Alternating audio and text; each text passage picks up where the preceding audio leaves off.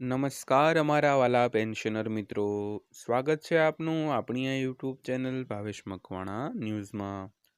તો મિત્રો, નવેમ્બર મહિનો પૂરો થાય તે પહેલાં પેન્શનરો અને નિવૃત્ત કર્મચારીઓને મળશે આ મોટી ભેટ। તો મિત્રો, કઈ મોટી ભેટ મળવાની છે જેની આજના વિડીયોમાં આપણે ચર્ચા કરવાના છીએ, એટલે વિડીયો તમે ખાસ કરીને અંત સુધી જોઈ લેજો।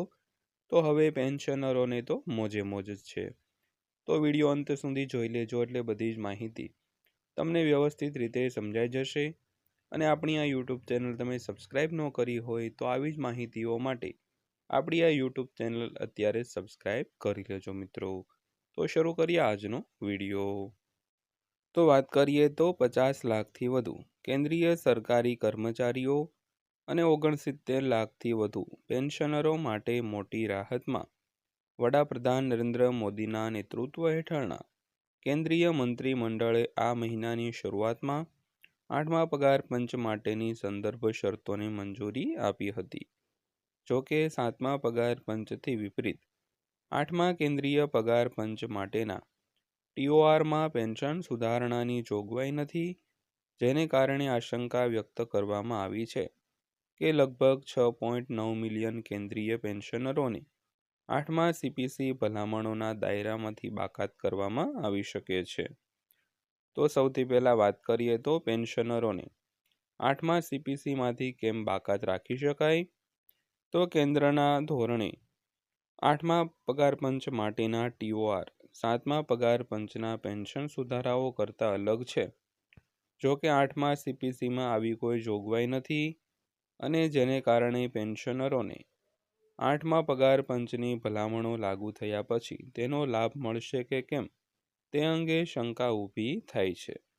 તો નોંધનીય છે કે કેન્દ્રએ સ્પષ્ટપણે ઉલ્લેખ કર્યો નથી કે પેન્શનરોને 8મા પગાર પંચમાંથી બાકાત રાખવામાં આવશે, અને કેન્દ્ર સરકારના કર્મચારીઓ અને નિવૃત્ત કર્મચારીઓના નવા પગાર માળખા વિશે નક્કર વિગતો ફક્ત ત્યારે જ જાણી શકાશે જ્યારે કમિશન તેમની ભલામણો રજૂ કરશે, જે પૂર્વધારણાને ધ્યાનમાં રાખીને લગભગ 18 મહિનાની અપેક્ષા રાખે છે મિત્રો। તો ત્યારબાદ વાત કરીએ તો આપણે સવારે વિડીયો બનાવીને માહિતગાર તમને કર્યા હતા તેમ, તો કયા પેન્શનરો છે તે 8મા પગાર પંચમાંથી બાકાત થઈ શકે છે। તો જો કોઈ પણ કર્મચારી પોતાની ફરજ દરમિયાન ગેરવર્તણૂક કરે, કોઈ બેદરકારી રાખતા હોય અને તેની ઉપર ગુનો દાખલ થયેલો હોય, તો તેવા જે પેન્શનરો હોય, કર્મચારીઓ હોય, તેઓ છે તે 8મા પગાર પંચથી બાકાત રહી શકે છે। ત્યારબાદ વાત કરીએ તો 8મી સીપીસીના આ કર્મચારીઓના પગાર ભથ્થાઓની સમીક્ષા કરશે। તો ઉપલબ્ધ વિગતો મુજબ 8મું પગાર પંચ કેન્દ્રીય કર્મચારીઓના નીચેના જૂથોના પગાર અને ભથ્થાઓની સમીક્ષા કરશે। તો કેન્દ્ર સરકારના કર્મચારીઓ, જેમાં ઔદ્યોગિક અને બિનઔદ્યોગિક તેમજ અખિલ ભારતીય સેવાઓ સાથે જોડાયેલા કર્મચારીઓ, સંરક્ષણ દળો સાથે જોડાયેલા કર્મચારીઓ, કેન્દ્રશાસિત પ્રદેશોના કર્મચારીઓ, ભારતીય ઓડિટ અને એકાઉન્ટ્સ વિભાગના અધિકારીઓ અને કર્મચારીઓ, તેમજ આરબીઆઈ સિવાય સંસદના કાયદાઓ હેઠળ સ્થાપિત નિયમનકારી સંસ્થાઓના સભ્યો, તેમજ સુપ્રીમ કોર્ટના અધિકારીઓ અને કર્મચારીઓ, તેમજ હાઈકોર્ટના અધિકારીઓ અને કર્મચારીઓ જેમનો પગાર કેન્દ્રશાસિત પ્રદેશો દ્વારા ઉઠાવવામાં આવે છે। તેવી જ રીતે કેન્દ્રશાસિત પ્રદેશોમાં ગૌણ અદાલતોના ન્યાયિક અધિકારીઓ। ત્યારબાદ જોઈએ તો 8મા સીપીસી હેઠળ પેન્શનરોને મોટો વધારો મળશે।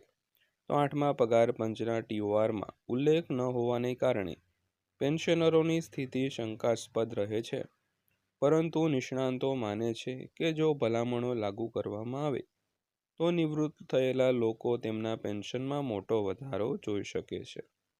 તો નવી પેન્શન રચના જે કેન્દ્રીય કર્મચારીઓના પગાર વધારા જેવી જ છે તે ફિટમેન્ટ ફેક્ટર દ્વારા નક્કી કરવામાં આવશે, જે 8મા પગાર પંચની ભલામણોને કેન્દ્રીય મંત્રીમંડળ દ્વારા મંજૂરી મળ્યા પછી પુષ્ટિ કરવામાં આવશે। તો પગાર અને પેન્શનમાં વધારો શોધવા માટેની ચાવી ફિટમેન્ટ ફેક્ટર છે, જે 7મા પગાર પંચમાં 2.57 હતો અને અંદાજ મુજબ 8મા સીપીસી માટે 1.86 થી 2.57ની રેન્જમાં હોઈ શકે છે। તો નિષ્ણાંતોના મતે જો 8મા પગાર પંચની ભલામણો અગાઉના સીપીસી સાથે સુસંગત હોય તો પગાર અને પેન્શનમાં નોંધપાત્ર વધારો થવાની અપેક્ષા છે અને ઘણા લોકોએ અંદાજ લગાવ્યો છે કે નિવૃત્ત લોકો સૌથી વધુ લાભાર્થી બની શકે છે, કારણ કે વર્તમાન ફિટમેન્ટ ફેક્ટરના અંદાજોના આધારે માસિક પેન્શન બમણું થઈ જાય છે. ત્યારબાદ અંતમાં વાત કરીએ તો 8મું પગાર પંચ ક્યારે લાગુ થશે.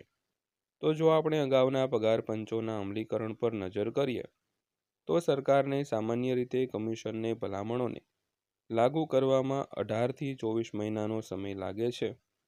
તો આમ 8મું પગાર પંચ 2027ના મધ્યભાગ પહેલાં લાગુ થવાની શક્યતા ઓછી છે, જ્યારે અહેવાલો સૂચવે છે કે આગામી સીપીસી અમલીકરણ 2028ની શરૂઆતમાં પાછળ ધકેલી શકાય છે. ત્યારબાદ વાત કરીએ તો કોટક ઇન્સ્ટિટ્યુશનલ ઇક્વિટીઝના અહેવાલ મુજબ 8મું પગાર પંચ 2026માં અથવા તો 2027ની શરૂઆતમાં લાગુ થઈ શકે છે. તો 3 નવેમ્બરના રોજ વડાપ્રધાન નરેન્દ્ર મોદીના નેતૃત્વ હેઠળની કેબિનેટ બેઠકે 8મા પગાર પંચના સંદર્ભની શરતોને મંજૂરી આપી હતી, જેનો લાભ 50 લાખ કેન્દ્ર સરકારના કર્મચારીઓ અને 69 લાખ પેન્શનરોને મળશે અને રાજ્ય સરકારોના કર્મચારીઓના પગાર પર પણ તેની અસર પડશે.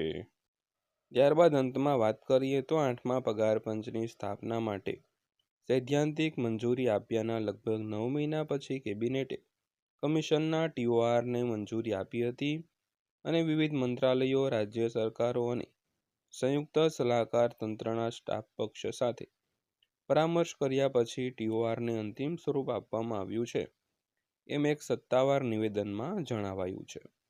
તો મિત્રો, આ હતી આજની માહિતી પસંદ આવી હોય, વિડીયો સારો લાગ્યો હોય તો વિડીયોને લાઇક કરજો અને આવી જ માહિતીઓ માટે આપણી આ ચેનલ સબસ્ક્રાઈબ કરી લેજો. તો ફરીવાર પાછા મળીશું એક નવા વિડીયો સાથે, નવી માહિતી સાથે. ત્યાં સુધી સૌને જય હિન્દ, વંદે માતરમ.